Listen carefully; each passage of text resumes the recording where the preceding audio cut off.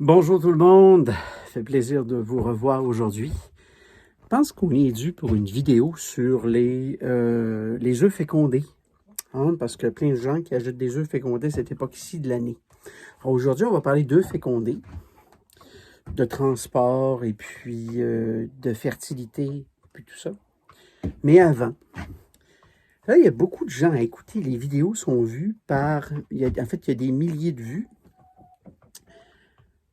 mais il n'y a pas beaucoup d'abonnés. Parce que les gens qui écoutent les vidéos, ben, ils ne s'abonnent pas à la chaîne. Alors, on va faire un exercice ensemble aujourd'hui avant de débuter.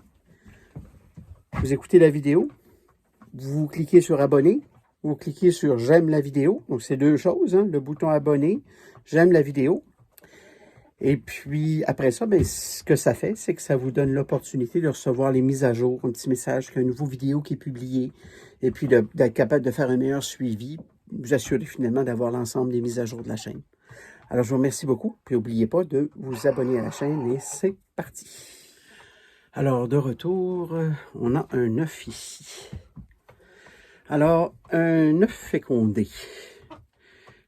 Est-ce qu'on peut laver ça? La réponse est non. Parce que il y a des micropores à l'œuf. Un œuf, c'est poreux, en fait, hein. On peut respirer à travers un œuf. Puis, il y a aussi une couche, un enduit protecteur qui préserve sa fraîcheur et qui préserve son intégralité à l'extérieur. Quand on lave l'œuf, on altère cette enveloppe-là. Et puis, évidemment, on altère la fertilité de l'œuf, sa composition, en fait, ce qui le rend apte à être incubé, en fait. Alors, ça, c'est un des aspects qu'il faut tenir en compte. Maintenant, quand on fait venir des œufs d'ailleurs, il y a toute la question du transport également. Il y a des gens qui vous les envoient dans des douzaines, genre avec du papier, des papiers essuie-tout, là, juste pour éviter qu'il y ait de la friction et tout. Mais il faut juste savoir qu'un transport mal adapté brise le germe de l'œuf et affecte évidemment sa fertilité. Alors, c'est difficile à déterminer, là. Hein, on voit des poules sur Internet, sur Facebook, puis on se dit, on les veut. Est-ce que vous vendez des œufs fécondés? J'en veux. Et puis on les reçoit, on les met dans l'incubateur. Et puis là, hop, il n'y en a que de la moitié, ou s'il se trouve le quart qui vont éclore. Il y a d'autres raisons derrière ça, mais le transport y est pour quelque chose. Les températures aussi au niveau du transport, si vous faites venir ça au mois de janvier puis que c'est froid, ça dépend du transporteur, ça dépend de la qualité évidemment du transport. Peut-être que ça va pas geler, mais trop froid finalement détruire le germe. Ou encore, peut-être que vous faites venir ça dans une période trop chaude finalement où vous allez cuire le germe dans une certaine proportion, une certaine mesure, on s'entend, ça va affecter la fertilité de l'œuf. Alors, c'est toutes des caractéristiques qui sont importantes à tenir compte. Ça, c'est une chose. L'autre chose, c'est pas parce qu'on commande des œufs d'une personne qui a un coq avec ses poules que nos œufs vont être forcément fécondés. Parce que dans l'année, il y a des périodes où les coqs sont moins fertiles que d'autres. Ça, c'est un des aspects à tenir compte. Il y a également l'aspect ratio poule-coq. Hein? Alors, comme je dis, il y a des périodes dans l'année où c'est plus délicat. On choisit généralement au printemps, idéalement. Les coqs, le niveau de fertilité est plus élevé, en fait, là, dans cette période-là. C'est une période de renaissance. Toute la neige fond, l'herbe pousse. Alors, ça va de soi avec la nature. Que la fertilité, la reproduction se fait au printemps et les niveaux de fertilité sont plus élevés. C'est une chose. Mais pour revenir au ratio poule-coq, il y a des paramètres à tenir compte. Si on prend par exemple un coq bantam, les poules naines, avec un coq nain, on peut placer une douzaine de poules. Il va être capable de bien les fertiliser toutes les 12. C'est une chose. Mais si vous prenez un gros coq, hein, un coq standard, L'idéal, c'est pas plus que 6 poules, en fait, pour la fécondité, parce que 12, ce sera probablement trop. Hein? Donc, c'est sûr que c'est des questions à poser lorsque vous commandez vos œufs fécondés, combien vous avez de poules avec votre coque. Hein? Vérifiez de les commander dans la bonne période de l'année. Puis aussi, ça se conserve combien de temps un œuf fécondé? Là, je vois toutes sortes de choses qui circulent sur Facebook. 12 jours, 15 jours, 20 jours. Hey, c'est presque éternel, ça, là, un œuf fécondé. Faire attention. On peut acheter ça une année puis le cultiver l'année d'après. Hein?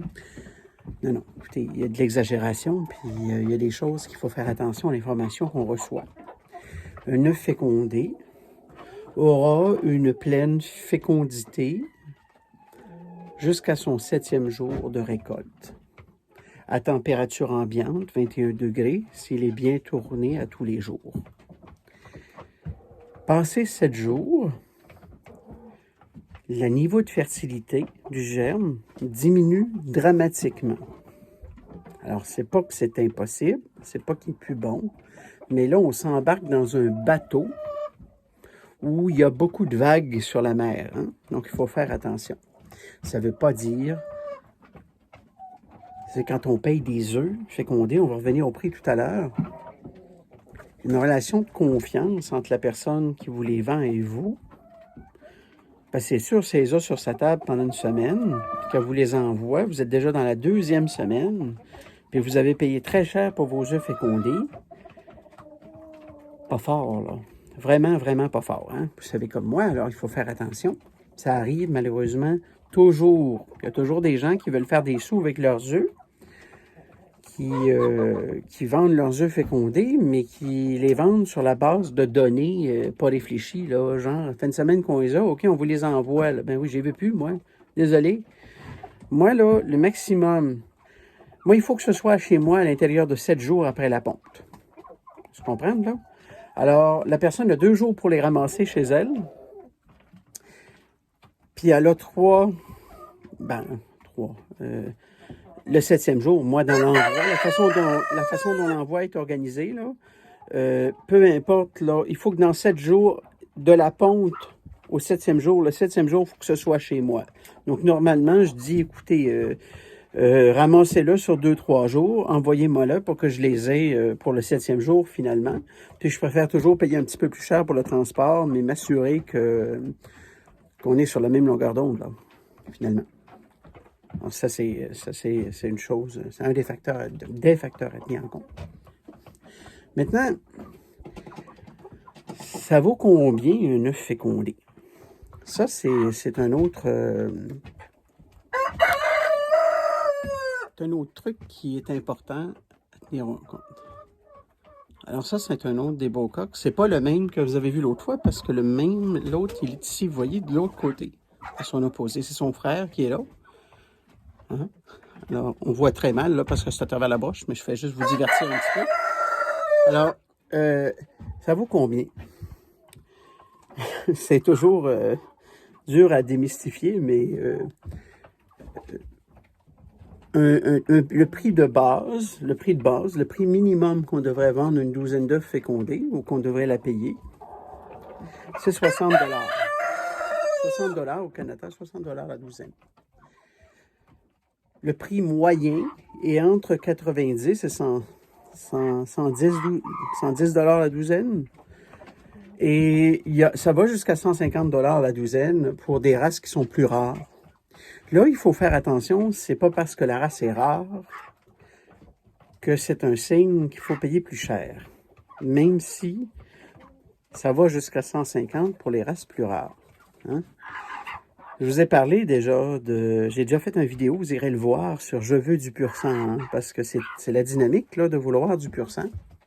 Parce que c'est ça qu'on a le plus de contrôle dessus. En fait, on va sur Internet, on tape une race, puis on obtient des données sur cette race-là. Quand c'est mélangé, on n'a pas de données précises. Hein. Ça nous insécurise un petit peu. Mais ce qui est important à comprendre, c'est payez pas plus cher parce que c'est du pur sang. Parce qu'au Canada, notre pur sang fait dur. J'ai pas trouvé... Il y a quelques bons éleveurs au Canada de pur sang, là, mais travaillent tellement fort pour maintenir leur qualité que quand on reçoit ces sujets-là chez soi, c'est difficile de les maintenir pur sang tellement la consanguinité est serrée, en fait. On a peu de marge de manœuvre. L'éleveur, lui, peut le faire parce qu'il maintient plusieurs lignées chez lui. Donc, il maintient sa qualité, mais le problème, c'est que lorsque vous apportez ça chez vous, vous voulez refaire du pur sang, vous n'avez pas toutes ces lignées à lui. C'est le problème. Il n'y a pas de registre de maintien de pur sang. Et que les éleveurs aussi vont, comme je vous ai déjà expliqué dans une autre vidéo, ils vont mélanger, là, genre dans le cas de la Chanticleer perdrix, ils vont la mélanger avec la Wyandotte perdrix pour être capable de grossir la race, ensuite la sélectionner selon les caractéristiques de la Chanticleer, parce que c'est 50-50 dans une reproduction. Alors bref, ce qui est important, c'est de payer pour des œufs de qualité. Donc, vous voulez voir un peu les poules, vous voulez voir des photos, vous voulez voir si le coq est de bonne qualité, vous voulez voir si la poule est de bonne qualité, pas pur sang.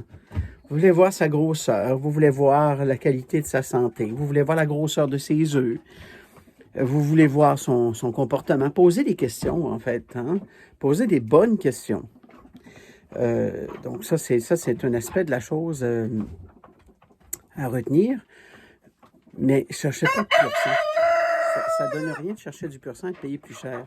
Moi, je les vends 60 $ la douzaine parce que je considère que c'est un bon prix de base pour faire connaître les poules. C'est une passion pour moi. Et puis, mais il arrivera à un moment donné, dans certaines de mes sélections, où j'en vendrai, certains seront vendus plus cher, évidemment. Ça va dépendre des résultats des lignées. Mais 60 $, c'est raisonnable, même si j'en ai déjà payé 150 dans d'autres circonstances. Mais là où j'ai un problème, c'est pour ceux qui vendent des œufs fécondés à genre 5 $ la douzaine. C'est pas intéressant pour personne. C'est pas intéressant pour celui qui les vend parce que finalement, lui, il s'en débarrasse juste, puis il veut juste vendre ses œufs. Donc, il pourrait y vendre plus cher puis avoir plus cher parce que ça vaut plus cher.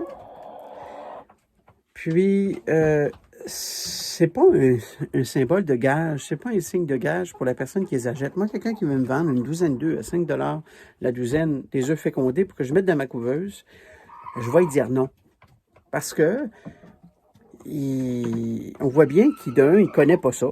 Donc, quelqu'un qui vend ça à 5 $ la douzaine, là, je sais qu'il ne connaît pas. Il ne connaît pas ça du tout. Puis je sais que je risque de me retrouver avec du n'importe quoi. Hein? Donc, c'est pas une bonne chose. Je ne vous encourage pas à les acheter, ces œufs-là.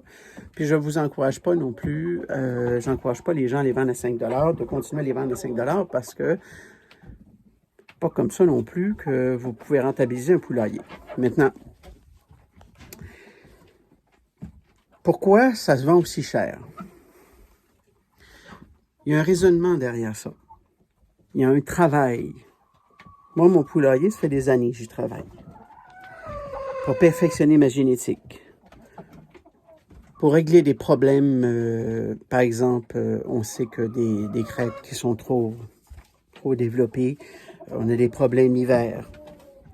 Problèmes de résistance, finalement. Problèmes de maladie, des problèmes de grippe, des problèmes. Alors, il y a un travail derrière des œufs fécondés qui justifie le prix de ces œufs fécondés-là. Et c'est d'ailleurs là-dessus que vous devriez poser l'ensemble de vos questions sur le travail qui est en arrière-plan pour bien comprendre l'œuf que vous allez recevoir. Comprendre que c'est soit du n'importe quoi que vous allez recevoir. On s'est acheté des Plymouth Rock l'année passée, là, puis là, on a des œufs de trop, là, puis là, on voudrait vendre des œufs fécondés. C'est pas un bon argument et c'est pas bon du tout. Moi, ça me donne pas confiance.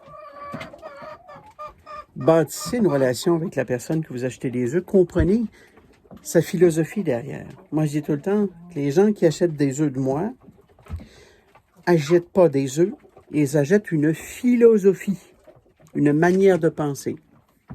Hein? Cette personne-là, est-ce qu'elle nettoie bien son poulailler? Est-ce que les poules ont des bonnes conditions? Hein? Est-ce que...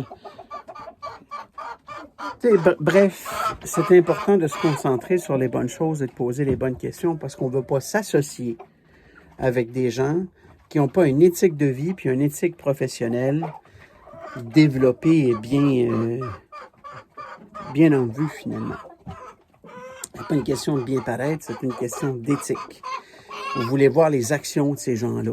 Vous voulez vous assurer que vous n'achetez pas des œufs, vous n'encouragez pas vous encouragez pas des éleveurs qui ne s'occupent pas bien de leurs animaux, qui n'en prennent pas soin, qui n'ont pas à cœur ce qu'ils font. C'est un aspect important de la situation.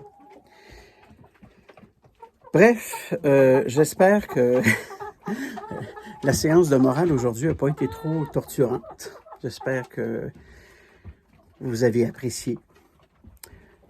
Je vous souhaite de passer une belle journée sur ce, mais toutefois, je vais déposer mon œuf fécondé, toutefois.